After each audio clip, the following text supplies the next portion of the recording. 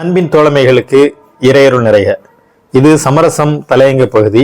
சமரசம் 2026 16 to 31 ஜனவரி இதழுக்கான தலையங்கம். வளர் இளம் தலைமுறையை என்ன செய்ய போகிறோம்?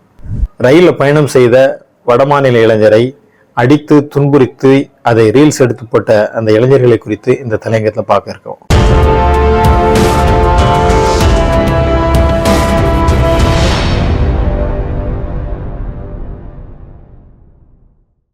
ஒடிசா மாநிலத்தை சேர்ந்த சுராஜ் அப்படிங்கிற ஒரு இளைஞர், ஒரு 30 வயது மதிக்க தேர்ந்த ஒரு இளைஞர், டிசம்பர் 27 அவர் சென்னையிலேருந்து திருப்பதிக்கு செல்லக்கூடிய ஒரு ரயிலில் பயணம் செய்கிறாரு.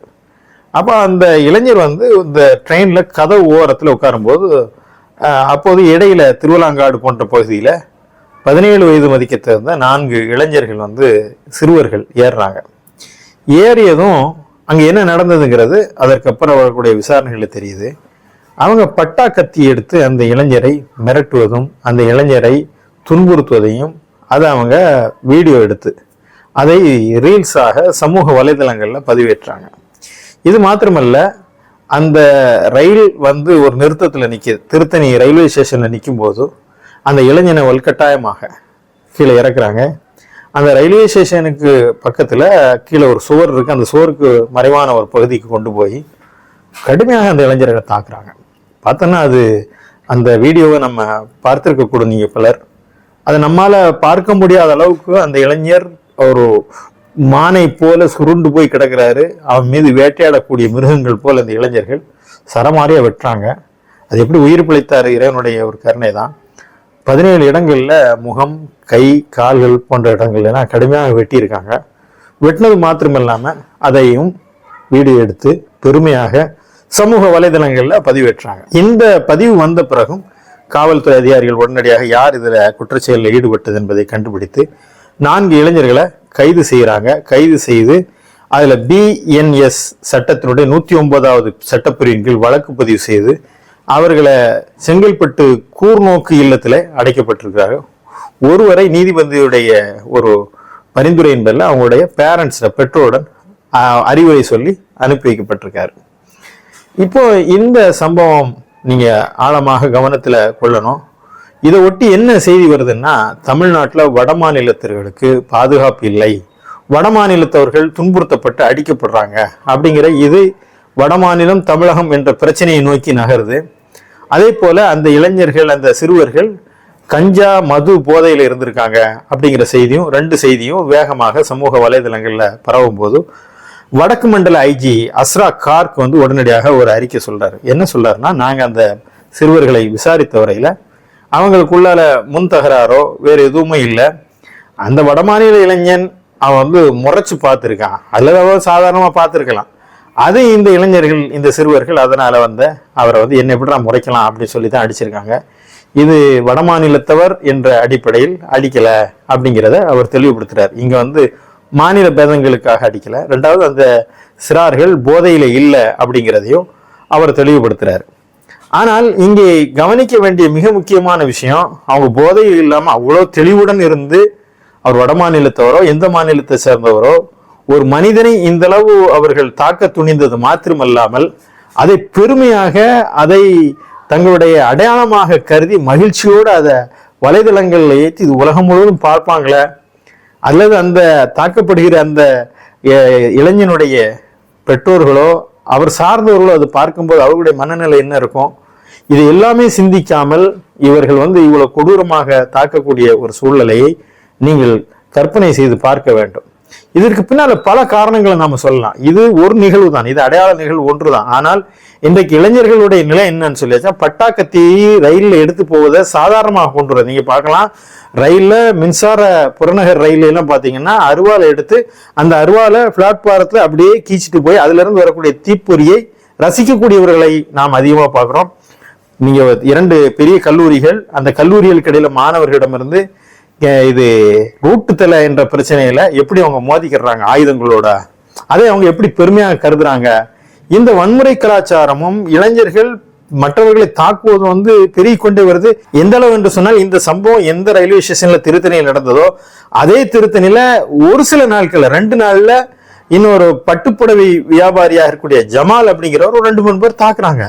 தாக்கிட்டு அதை அவங்க அடிச்சு போட்டுட்டு போறாங்க. அந்த காட்சியும் வலைதளங்கள்ல பதிவேற்றப்படுது. அப்ப தொடர்ந்து இளைஞர்கள் என்று அறியக்கூடியவர்கள் சிறார்கள், இவங்க சொல்றாங்களே சிறார்கள்னு, இவங்க இதை பெருமையாக கருதக்கூடிய, அதாவது தவறு செய்வதை நியாயப்படுத்துவது மட்டுமல்ல, அந்த தவறு செய்வதை பெருமையாக கருதக்கூடிய ஒரு இடம் இருக்கிறது இல்லையா? இதுல பலரும் என்ன செய்யறாங்க, பல காரணங்களை சொல்றாங்க. இதுக்கெல்லாம் காரணம் கஞ்சா மது போதை தான் காரணம், அல்லது பெற்றோர்கள் சரியா வளர்க்காததான் காரணம், அல்லது அவங்களுக்கு கல்வி நிலையம் சரியான கல்வி கொடுக்காததான் காரணம், அல்லது அவங்க சினிமா பார்த்து இந்த வன்முறை காட்சிகள்லாம் அவங்களுக்குள்ள போயிடுச்சு. சினிமா என்பது ஹீரோயிசம், அப்படி இந்த வன்முறை கலாச்சாரம் என்பது ஹீரோயிசம் என்ற நிலைக்கு போயிடுது என்ற பல காரணங்கள் சொல்றாங்க. எல்லா காரணமும் தான் இதுல இருந்து நாம் கவனத்தில் கொள்ள வேண்டி இருக்கிறது.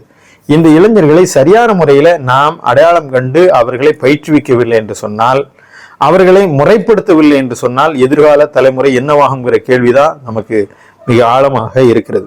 முதல்ல இதில் எல்லாருக்கும் கூட்டு பொறுப்பு இருக்கு அப்படிங்கிறதையும் தாண்டி, குறிப்பாக பார்த்தோம் என்று சொன்னால், பெற்றோர்களுக்கு இதுல எங்கிருந்து இந்த இளைஞர்கள் வர்றாங்க, இந்த வானத்திலிருந்து திடீர்னு குதிச்சிடுறாங்களான்னா இல்லை, ஒவ்வொரு இல்லங்களிலும் இருந்த பிள்ளைகள் வெளியே வர்றாங்க. அப்போ பெற்றோர்கள் சிறு வயதிலேயே தன்னுடைய குழந்தைகளுக்கு சரியான ஒரு பயிற்றுவிப்பு, ஒழுக்க மாண்புகள், வாழ்வியல் நெறிகள், இது எல்லாவற்றையும் அவர்கள் கற்றுக் கொடுப்பதை விட மிக முக்கியமானது சக மனிதன் மீதான கண்ணியம், ஒரு மனித உயிரின் மீதான பெருமதி. இதை அவங்க கற்றுக் கொடுத்து, குறிப்பாக பெண்கள், நலிவுற்றவர்கள், இவர்களுக்கு நாம் செய்ய வேண்டிய கண்ணியமும் பாதுகாப்பும், இதெல்லாம் ஒரு இல்லத்திலிருந்து அவர்கள் சரியான முறையில அந்த பெற்றோர்கள் பயிற்றுவித்து அனுப்பியிருந்தாங்கன்னா ஒவ்வொரு இல்லத்திலிருந்தும் நல்லவர்கள் வருவார்கள். அடுத்து இந்த இளைஞர்கள், இந்த மாணவர்கள், இந்த குழந்தைகள் எங்க வர்றாங்கன்னா வீட்டிலிருந்து கல்வி நிலையத்துக்கு வர்றாங்க. கல்வி நிலையத்துல ஒழுக்க மாண்புகள் தொடர்ந்து போதிக்கப்பட வேண்டும். முன்பு நீதி போதனை வகுப்பு என்று இருந்தது, அத அறம் சார்ந்த கல்வி இருந்தது. ஆனா இன்றைக்கு நீ எப்படி வேணா நிறுந்துக, நீ படிக்கணும், மார்க் ஃபேக்டரி, நீ மதிப்பெண் பெறுகிற இயந்திரம், நீ என்னவும் செய். அவங்கள பயங்கர ட்ரெஸ், படி படி படி படி, படிப்பு தாண்டி இங்க எதுவுமே இல்லை. அப்ப அந்த இளைஞர்களை, மாணவர்களை, மாணவிகளை படிப்பு என்ற அந்த ஒரு சூழ்நிலையில எக்ஸாம் அப்படிங்கிற அந்த நிர்பந்தத்துக்குள்ள அது மட்டுமே கவனம் செலுத்தும் போதும் அவருடைய எதிர்காலம் குறித்தோ, அறபோதனைகளை குறித்தோ, அந்த கல்வி உங்களை எப்படிப்பட்டவர்களாக உருவாக்க வேண்டும், கல்வி கற்றவர்கள் லஞ்சம் வாங்கக்கூடாது, கல்வி கற்றவர்கள் ஊழலில் ஈடுபடக்கூடாது, கல்வி கற்றவர்கள் இந்த சமுதாயத்துக்கு எப்படி பயன் தரணும், அந்த கல்வியினுடைய நோக்கத்தை பத்தி சொல்லி தரவே இல்லை. என்ன கல்வி, இந்த கால்குலேஷனை மட்டுமே சொல்லி தருகிறோம். எனவே கல்வி நிலையத்திலிருந்து எத்தகையவர்கள் உருவாகிறார் என்றால் அறிவுள்ள பிசாசுகளை உருவாக்குகிறோம், அவ்வளவுதான். இந்த அவர்கள் ரொம்பவும் இன்டலெக்சுவலா இருக்கிறாங்க. ஆனால் மனித அறம் இல்லாதவர்களை கல்வி நிலையங்கள் வெளியே தள்ளுகிறது. இல்லத்திலிருந்து வரக்கூடியவர்களும் அறமில்லாதவர்களாக, கல்வி நிலையங்களில் பயிற்றுவிக்கப்படாதவர்களாக, சமுதாயத்துல பார்த்தீங்கன்னா சமுதாய தலைவர்களுக்கும் சமுதாயத்தில் இருக்கக்கூடியவர்களுக்கும் இதுல கூடுதல் பொறுப்பு இருக்கிறது. ஒரு இளைஞர்கள் என்பவர் நாட்டினுடைய அசட், சொத்து. ஆனா அவர்களை எப்படி அந்த ஆற்றலை பயன்படுத்த வேண்டும் என்பது இல்லாமல் அவர்களை வகுப்புவாதம், அவர்களை தவறான பழக்க வழக்கங்களுக்கு பயிற்றுவிக்கக்கூடிய ஒரு சூழ்நிலையும் சமூக சூழ்நிலையும் இணைத்தே பார்க்க முடியுது. எல்லாருக்கும் நான் சொன்ன மாதிரி கூட்டு பொறுப்பு இருக்கிறது. குறிப்பாக பார்த்தோம் என்று சொன்னால், இன்றைக்கு இருக்கக்கூடிய ஹீரோக்கள், இன்னைக்கு தமிழ்நாட்டு சூழ்நிலை வச்சு பேசணும்னா ரொம்ப எஃபர்ட் ஆகுது. என்னன்னு சொல்லியாச்சுன்னா, ஒரு திரையில் தோன்றக்கூடிய கதாநாயக பிம்பம் எளிதில் இளைஞர்களை ஊடுருவுகிறது. அவரை போல உடை அணிவது, அவரை போல நடை, அவரை போல தலை முடி வாருவது, அவரை போல பேசுவது, அவரை போல என்று அவரை இமிட்டேட் செய்யக்கூடிய, அவரை உள்வாங்கி அப்படியே துப்புகிற ஒரு இளைய தலைமுறை இன்னைக்கு உருவாகிறது ரொம்ப ஆபத்தான விஷயம் தான் அது. ஆனா அந்த நம்மளை கோடிக்கணக்கான மக்கள், லட்சக்கணக்கான மக்கள் ஃபாலோ பண்றாங்களே, அப்ப நாம எப்படி இருக்கணுங்கிறத அந்த பொறுப்புணர்வும் அந்த நடிகனுக்கு இல்லவே இல்லை. காசை வாங்கிட்டு தலை வெட்டுற சீனு, சுத்தியில் எடுத்து தலையில அடிக்கிறது, அந்த வெறித்தனத்தோடைய உச்சம் எப்படி யோசிக்கிறாங்கன்றதுல சில இயக்குநர்கள் வன்முறையினுடைய உச்சகட்டத்தை, ரத்த துளிகளை தெரிக்கிற அளவுக்கு அதை நார்மலைஸ் செய்யக்கூடிய அளவுக்குண்டான ஒரு காட்சியை உருவாக்கிட்டே இருக்கிறாங்க. அதனாலதான் இவங்க என்ன செய்யறாங்க, தங்களை ஹீரோவா நினைக்கிறாங்க. இது ஹீரோத்தனம் இல்லடா, அயோக்கியத்தனம். இப்படி ஒருத்தனை அடித்து அதை போடுவது ஹீரோத்தனம் இல்லை. அந்த ஹீரோவே அவன் ஹீரோ கிடையாது, ரவுடி. ஆனா இன்னும் என்னன்னு பாத்தீங்கன்னா, படத்துல ஹீரோ ரவுடியா இருப்பான், அந்த ரவுடி பையில அந்த ஹீரோயின் காதலிப்பான். அப்ப என்ன இங்க ஒரு இமேஜ் உருவானா, ரவுடியா இருக்கான்னா அவனை விரும்புறதுக்கு இங்க பெண்கள் இருக்கா, நல்லவனுக்கு பெண்கள் விரும்ப மாட்டாங்க. அப்ப இந்த ரவுடித்தனத்தை விரும்புகின்ற காதலிகளையும் கேரக்டரா வைக்கும் போது இவங்க அதான் பைக்ல போகும்போது பெண்கள் நார்மலா தான் போமா, பெண்கள் 4 பெண்கள் எதிராக வந்துட்டாங்கன்னா பைக் மேல ஏறி நின்று ஹா எப்படிமா, ஏன்னா அது ஹீரோயிசம் நினைக்கிறேன், அது பொறுக்கித்தனம், அது ஹீரோயிசம் இல்லை. அதுதான் இதை என்ன செய்யறாங்கன்னா, சினிமா இன்றைக்கு ஹீரோ அதை செய்யும் போது ஹீரோயிசம் என்ற அடிப்படையில் வருகிறது. எனவே நான் சொல்வது, அதை பார்த்து தான் பண்றாங்களா, சினிமா பார்த்து தான் வந்து இது கேட்டுறாங்களா அப்படிங்கிற விவாதங்களுக்கு நான் செல்லவில்லை. ஆனால் அதுவும் அந்த இளைஞர்களை, குறிப்பாக தமிழ்நாட்டு சினிமா மோகம் கொண்ட இளைஞர்களை எஃபர்ட் செய்கிறது.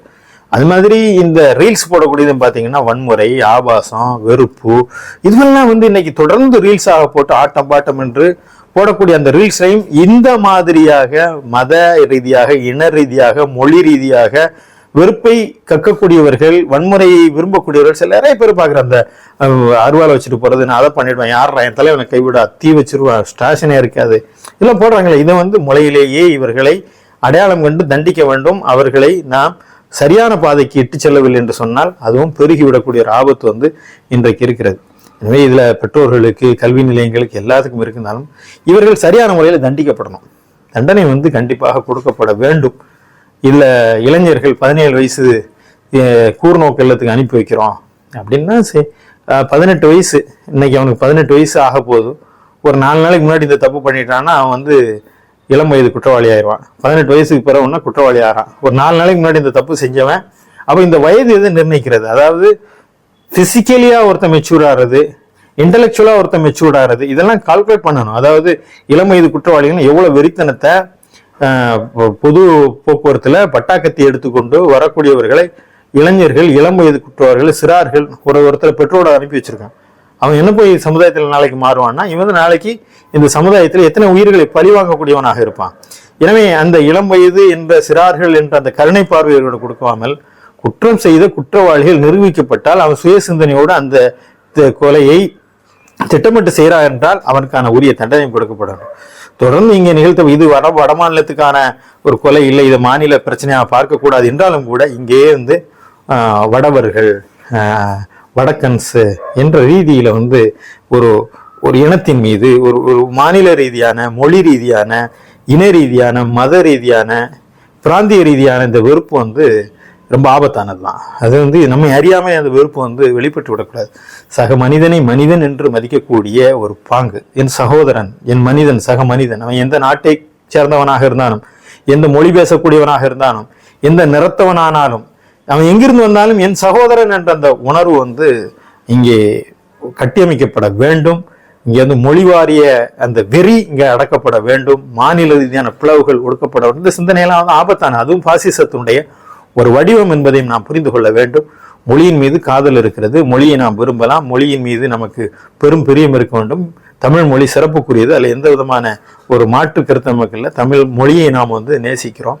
ஆனால் இந்த மொழி மட்டும்தான் என்ற அடிப்படையில் பிற மொழி பேசக்கூடியவர்களை குறைத்து மதிப்பிடக்கூடிய இடத்திற்கு நாம் வந்துவிடக்கூடாது என்பதுதான் என்னுடைய இந்த வார்த்தைகளுடைய கோர்வையாக இருக்கிறது.